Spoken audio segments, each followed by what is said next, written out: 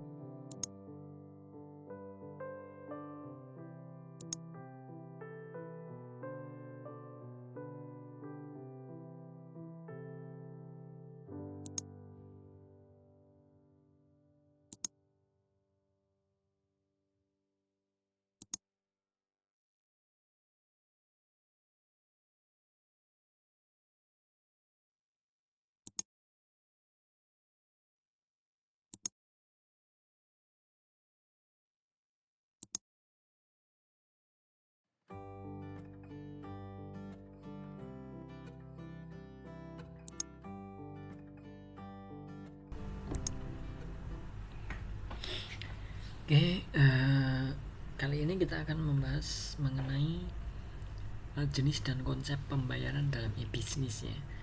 Jadi pertemuan keempat untuk kelas full online ya, mata kuliah e-bisnis Universitas Sains dan Teknologi Komputer atau Universitas Telkom ya.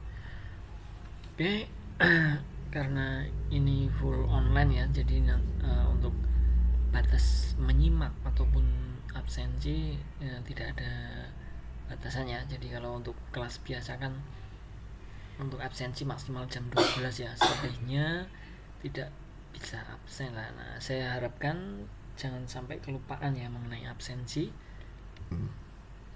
karena absensi itu sifatnya by system ya, jadi saya tidak bisa mengabsen secara manual ya, karena misalkan kalian tidak absen kemudian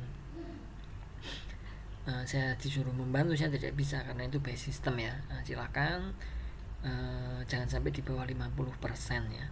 Itu juga nanti kalau di bawah 50% akan otomatis remedi dan tidak bisa, walaupun kalian nilai UTS dan UAS-nya bagus, itu tetap tidak akan lulus ya.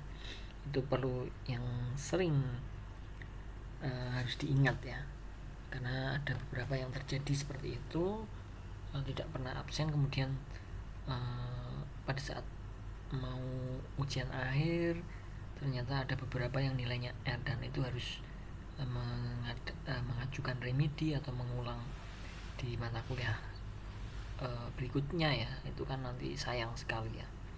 Oke, seperti itu ya info sementara. Kita mulai saja untuk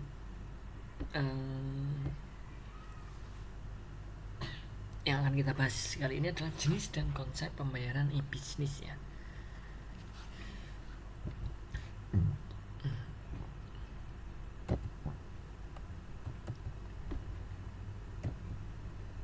Sebentar. Nggak bisa ya. Oh ini. Jenis dan konsep pembayaran e-bisnis pertemuan keempatnya. Nah, pokok bahasan yang akan kita bahas kali ini adalah internet banking ya, credit card, ada debit saldo dan lainnya. Kemudian ada direct selling, third party selling ya, ada macam-macam biaya. Itu ada buying fee, kemudian shipping fee ya, tax fee dan lainnya, nanti bisa disimak ya. Kemudian sistem kerja kartu kredit, ini perlu kita ketahui juga ya, sistem kerjaan seperti verifikasinya, autorisasinya, dan payment capture-nya ya. Nah, ini pokok bahasannya akan kita bahas ya, poin-poinnya ada sudah saya jelaskan tadi mengenai jenis dari dan konsepnya ya dalam pembayaran e-bisnis. Klasifikasi mekanisme pembayaran di internet. Nah, kenapa ada transaksi model ATM ya? Nah, mungkin bisa dikatakan semua teman-teman ya sudah pakai ya menggunakan ATM itu. Zaman teknologi semakin maju seperti hal ini, kita lebih simpel ya membawa uang itu di ATM, tidak harus membawa cash ya kemana-mana. Kemudian itu akan membahayakan kita juga, risiko hilang dan lain sebagainya ya. Kemudian pembayaran dua pihak tanpa perantara. Nah, ini klasifikasi yang kedua ya dalam mekanisme pembayaran di internet. Jadi langsung ya, ada beberapa ya. Kemudian ada yang menggunakan perantara pihak ketiga ya, contohnya di e-bisnis e-commerce misalkan. Kita langsung contohkan yang deket, yang sering kita jumpai saja ya, yaitu di Shopee ya, marketplace atau marketplace yang di Shopee tersebut ya, e-commerce ya, maaf, bukan e-commerce di Shopee misalkan.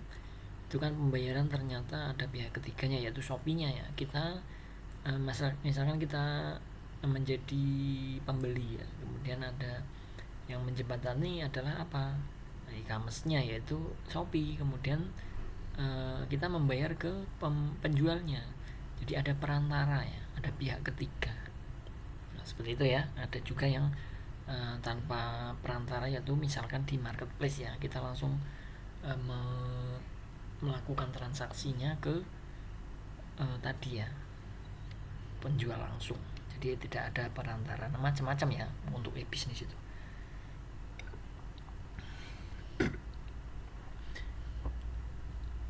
Ini ada micro payment, ada pembayaran yang segi mikro ya, kecil ya, anonymous digital cash ya, ada yang menggunakan hal seperti itu. Nah, ini ada klasifikasi dari mekanisme pembayaran di internet ya.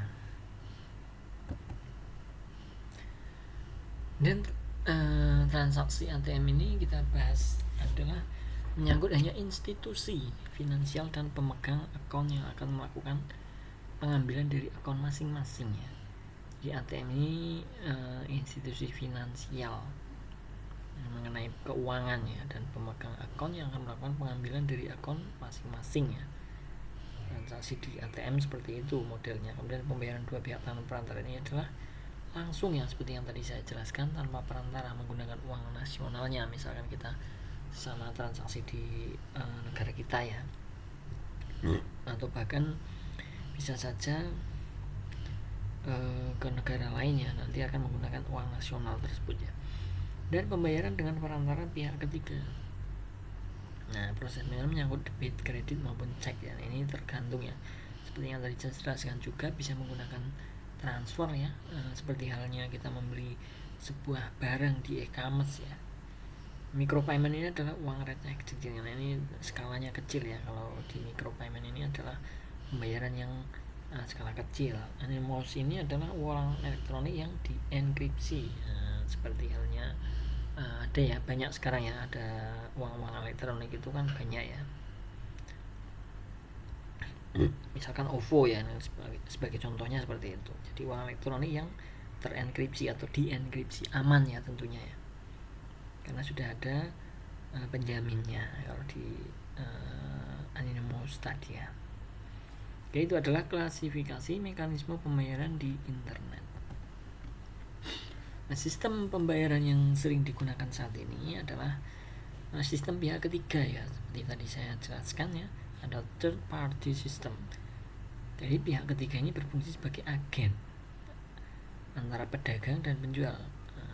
Seperti ya, antara pedagang penjual atau konsumen ke pembeli ya. Jadi dia sebagai agen atau pihak ketiganya adalah menjembatani dalam hal pembayaran tersebut. Nah, pelanggan membuka account dengan kartu kredit atau kartu debit, kemudian memilih nomor PIN dan passwordnya. Ini kalau kita misalkan menggunakan kartu kredit ya, modelnya seperti itu. Kemudian ada PayPal ya, PayMate. Nah, ini berbagai macam ya kalau kita menggunakan hal pembayaran sebagai sistem pihak ketiga seperti itu ya. PayPal juga ada pihak ketiganya ya, seperti halnya tadi kita transfer karena menggunakan ATM, ada pembeli, kemudian agennya ataupun pihak ketiganya baru ke membayar ke penjualnya, seperti itu ya. Saya rasa mudah dipahami ya. Nanti silakan kalau ada yang ditanyakan boleh mengenai sistem pembayaran tadi ya. Kemudian ada sistem sertifikat. Ini melibatkan sertifikat digital sebagai media yang akan menampilkan kartu kreditnya. Ada set SSL ya. Dan sistem uang itu net money. Konsumen merubah mata uangnya ke dalam bentuk mata uang cyber ya. Nah, ini bentuknya uang neto ya. Ada sistem sertifikat dan sistem uang neto seperti itu. Nah, kebutuhan umum dalam transaksi ini tentunya harus kita lihat ya. Hal yang kita butuhkan itu apa? Yang pertama adalah kebutuhan dalam hal kerahasiaan atau confidentiality. Tentunya kita misalkan kita membayar sebuah e-commerce ataupun jual beli online ya, itu kan pasti yang kita harapkan adalah kerahasiaan PIN-nya, kerahasiaan nomor kartu kreditnya, misalkan menggunakan kartu kredit ya, ataupun nomor rekeningnya dan lain sebagainya. Nah, itu kebutuhan umum transaksi ya. Bentar. Kemudian ada keutuhan, integrity ya. Keutuhan seperti kerahasiaan tadi ya, harus benar-benar tidak ada yang mengetahui hal itu. Kemudian ada keabsahan, authenticity ya. Keabsahan kemudian dapat dijadikan bukti yang tak dapat disangkal pada saat terjadi perselisihan. Nah, dengan adanya hal itu ya, itu bisa dijadikan bukti nantinya yang tak dapat disangkal pada saat terjadi perselisihan. Nah, klasifikasi sistem perdagangan berdasarkan kesiapan pembayarannya. Sistem pembayaran e-commerce dapat dikategorikan sebagai berikut. Ada sistem debit, sistem kredit, dan sistem prepaid. Nah, ternyata berdasarkan kesiapan ini ya, klasifikasi sistem perdagangan, kesiapan pembayarannya. Nah, ini sistem pembayaran e-commerce itu ada 3 kategori ya ternyata sistem debit. Nah, ini kita lihat sistem debit tersebut adalah secara otomatis biasanya ya. Kalau kita membeli sebuah ataupun membeli sebuah barang, kemudian otomatis di kartu kredit kita akan akan di ini ya motong otomatis. Nah, sistem kredit di sini juga seperti halnya ya, jadi kita membayar pada saat kita waktu sesuai pembayarannya ya. Juga sistem prepaid seperti itu ya, nanti bisa dikembangkan materi yang dari saya ditambahkan ya untuk lebih jelasnya ya, untuk inovasi dalam hal kalian mencari menambahkan ya materi yang dari saya. Nah, di sini kita lihat contoh ya sistem kerja kartu kredit. Ada Visa Sentral, ada isu bank, acquiring bank, ada card holder ya, acquiring merchant. Di sistem kerja kartu ini ternyata ada punya pusatnya, visanya ya, untuk pembayaran. Dan kita masuk ke bank ya, bank ada yang ke card holder, kemudian ada acquiring bank ini ke merchantnya ya. Jadi ke penyedia misalkan yang menjualnya ya, nanti bisa ditambahkan juga ya mengenai sistem kerja kartu kredit penjelasannya ya. Nah, ini di sini kita lihat sistem kerja kartu kreditnya sehari-hari ya, pemegang kartu, ada card holder tadi ya. Jadi di sini tadi ada dari bank, ini card holdernya adalah pemegangnya ya, pemegang atau yang mempunyai kartu kreditnya ya. Kemudian penerbit kartu kredit isu bank, merchant ini adalah pedagang yang penyedia yang menjualnya. Nah, seperti tadi yang sudah saya katakan ya. Ini ada merchant. Nah, di sini. Jadi ada kaitannya ya tentunya. Issuer bank ini adalah penerbit kartu kreditnya tadi ya. Nah, masuknya kemana? Ke card holder ya, maaf. Nah, kalau acquiring ini ke merchant atau pedagangnya. Jadi acquiring ini adalah bank tempat pedagangan membuka account untuk menampung uang kartu, atau acquirer ya. Ini sehari-harinya. Kemudian saat transaksi, merchant mengkalkulasi jumlah harga pembelian dan menggesek kartu kredit pada terminal pos elektronik ya pada saat transaksi. Nah, jadi merchant ini adalah mengkalkulasi jumlah harga pembeliannya. Nah, berapa sih yang harus dibayar? Nah, merchant dia akan memasukkan nominalnya, misalkan saat menggesek kartu siapa tadi, card holdernya tadi ya, atau pemegang kartunya dengan di terminal pos elektronik yang sudah disediakan oleh merchantnya. Kemudian informasi dari pita magnetik kartu akan dikirim ke acquirer untuk diautorisasi. Nah, acquirer itu apa tadi? Adalah bank ya, bank tempat pedagang membuka akunnya atau menampung uang kartunya pada saat pembayaran atau transaksi. Nah, nanti akan diautorisasi di sana apakah benar ada isinya, misalkan, kemudian apakah ini benar sesuai dengan misalkan ya ada dalam segi keamanan ternyata ini sesuai dengan orangnya, namanya misalkan ya. Itu pun bahkan itu tidak terlalu penting ya, karena kita bisa menggunakan kartu orang lain ya sebenarnya. Nah, itu saat transaksi seperti itu ya prosesnya kartu kredit. Nah, kemudian berikutnya adalah kurir melakukan autorisasi ke issuer atau ke bank penyedia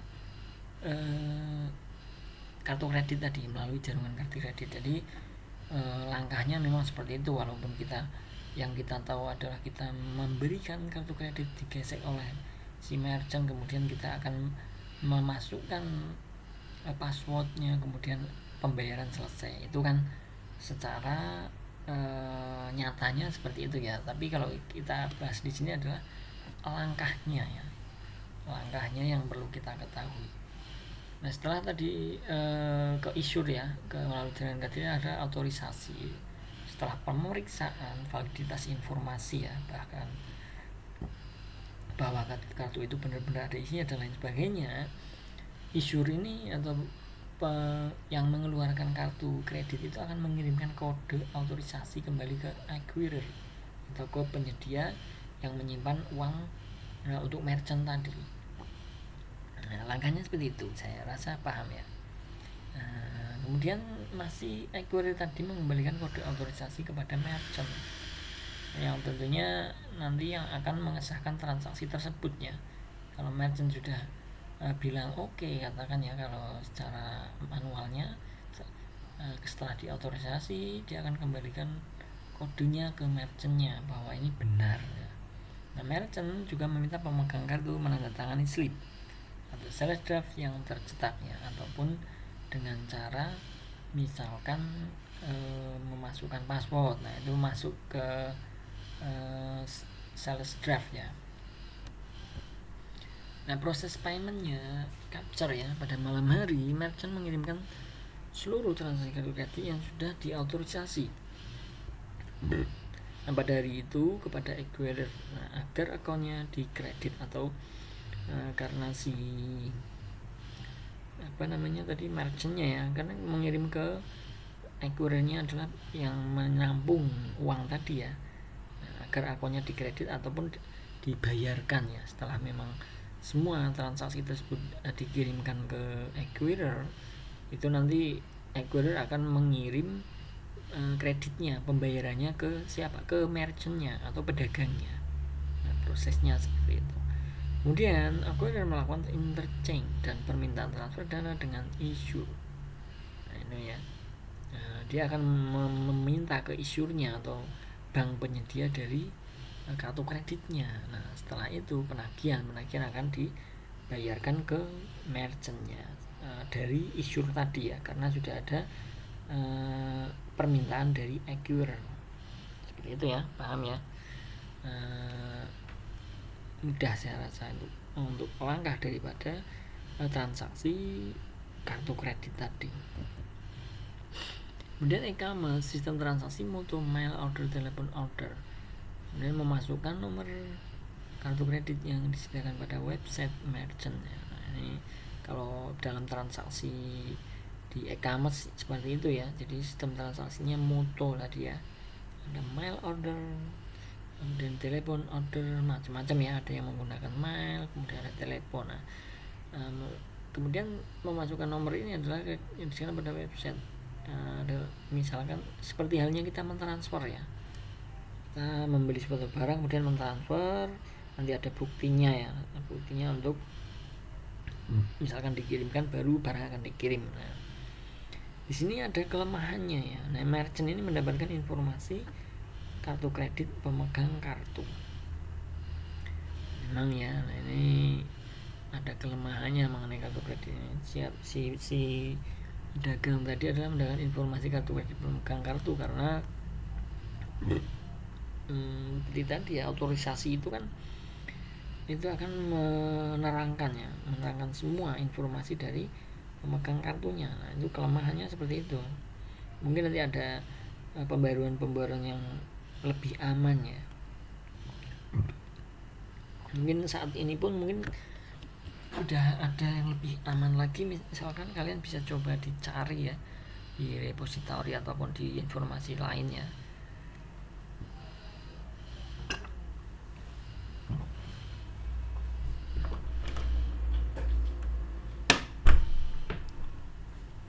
Dan protokol HTTP bukanlah protokol yang aman.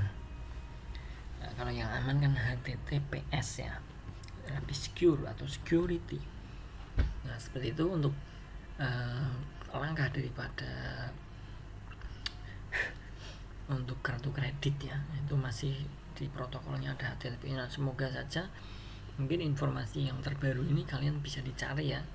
Nah, sebagai tugas untuk kalian menambahkan misalkan materi ataupun mencari bahwa langkah daripada kartu kredit, transaksi kartu kredit itu apakah sudah HTTPS atau belum, atau masih protokolnya berupa HTTP ya. Itu adalah tadi kartu kredit ya. Kemudian kita perlu mengetahui juga mengenai socket secure layer atau SSL ya. Nah, ini SSL ini kalau kalian lihat pada saat kalian mengakses ya di suatu jaringan, ini bergunakan bersama-sama protokol HTTP, membuat pipa antara browser pemegang kartu dengan website merchant ya, sehingga penyerang tidak dapat menyadap informasi apapun yang mengalir pada pipa tersebut. Nah, jadi soket di sini pipa ya, atau pipa ini sudah untuk keamanannya, secure-nya ya, antara browser dan pemegang kartu ini ada dengan website merchant-nya tadi ya, yang di e-commerce-nya misalkan. Nah, sehingga penyerang tidak dapat menyadap informasi apapun yang mengalir pada pipa tersebut, karena itu pipa khusus yang dibuat oleh browser kemudian ke kartu dengan website merchant-nya ya. Jadi ada sedikit keamanannya ya. Nah, SSL ini memanfaatkan teknologi kunci publik atau RSA. Mungkin kalian sering lihat ya, kalau di transaksi internet itu ada RSA ya. Nah, itu adalah menggunakan untuk kunci publiknya.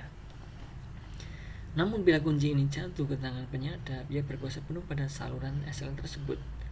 Nah, terkadang hacker-hacker atau penyadap tersebut kan dia larinya ke situ ya, membobolnya kunci publiknya. Setelah punya, nanti bisa merusak ya, mengambil uangnya atau dan lain sebagainya menggunakan untuk hal yang tidak diinginkan. Nah, alamat pada browser pemegang kartu tidak dapat menampilkan HTTP melainkan HTTPS. Nah, ini di pemegang kartunya yang tidak dapat menampilkan HTTP,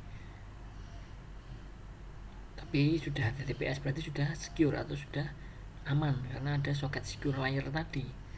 Nah, seperti itu ya, asalkan si RSA tadi aman ya, tidak disadap oleh hacker-hacker. Nah, itu akan aman ya, karena alamat yang pada browser si pemegang kartunya itu sudah berubah ya, menampilkan HTTPS bukan HTTP lagi, karena sudah ada SSL tadi ya. Itu adalah SSL seperti itu. Dan yang berikutnya adalah Secure Electronic Transaction. Pihak-pihak yang bertransaksi via internet itu menggunakan sertifikat digital yang dibuat oleh Certificate Authority atau CA ya. Ya, pada saat pihak-pihak itu kan ada penjual pembeli ya. Nah, ini bertransaksi via internet ini menggunakan sertifikat digital ya, yang dibuat oleh Certificate Authority. Nah, CA ini akan mengecek ke issue, misalnya apakah sama namanya, kemudian nomor kartu kreditnya, expired date-nya, saya sudah terblokir atau belum ya, dan alamat pemegang kartu yang memohon dibuatkan sertifikat digital itu sah. Nah, ternyata ada ceknya ya, otorisasinya tadi ya, apakah sesuai seperti tadi ya katakan itu mengenai kerahasiaan ya. Kemudian CA membuatkan sertifikat digital yang berisi informasi jati diri dan kunci publik pemegang kartu, seolah-olah memiliki KTP digital yang tidak dapat disalahgunakan. Jadi ada kunci publik sendiri ya, yang dari CA tadi ya. Jadi aman karena yang diberikan hanya orang yang terkait dengan kartu kredit tersebut ya. Dan itu seolah-olah kita mempunyai KTP digital ya, jadi tidak bisa disalahgunakan. Nah, contohnya seperti itu adalah SET ya, atau Secure Electronic Transaction. Nah, kesimpulannya dalam jenis dan konsep pembayaran ini adalah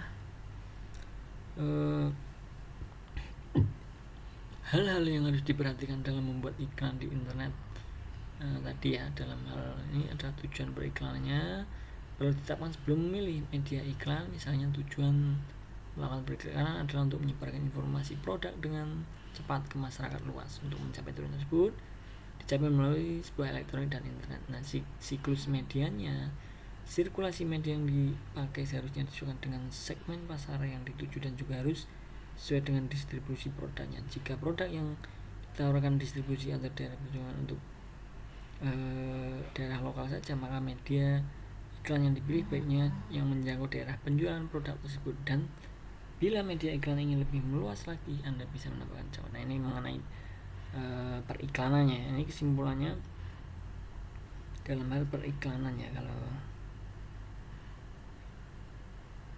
mohon maaf ini ada salah ya, ini untuk periklanan sebentar, karena kita yang kita bahas tadi adalah mengenai jenis pembayarannya. Ada kartu kredit, kemudian dengan adanya socket secure layer tadi atau SSL ya.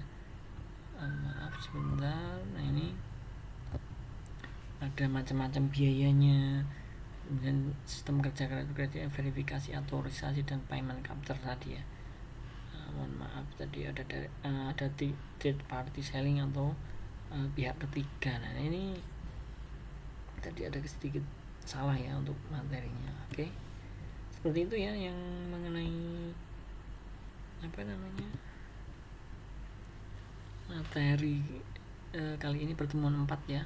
Ada jenis dan konsep pembayaran e-commerce ya. Nanti bisa boleh ya ditambahkan kalian yang lebih lengkap mungkin ya, lebih lengkap mengenai yang tadi saya jelaskan kan, hanya poin-poinnya. Kemudian kalian tambahkan seperti halnya apakah tadi sudah aman mengenai kartu kredit zaman sekarang kan. Tentunya zaman dulu sama sekarang beda ya, silakan ya pembaruannya di tahun sekarang itu bagaimana, itu bisa menjadi sebuah tugas yang tidak perlu dikumpulkan sih, tapi yang terpenting kalian paham ya, mengetahui apa yang mengenai teknologi sekarang ya, mengenai pembayaran di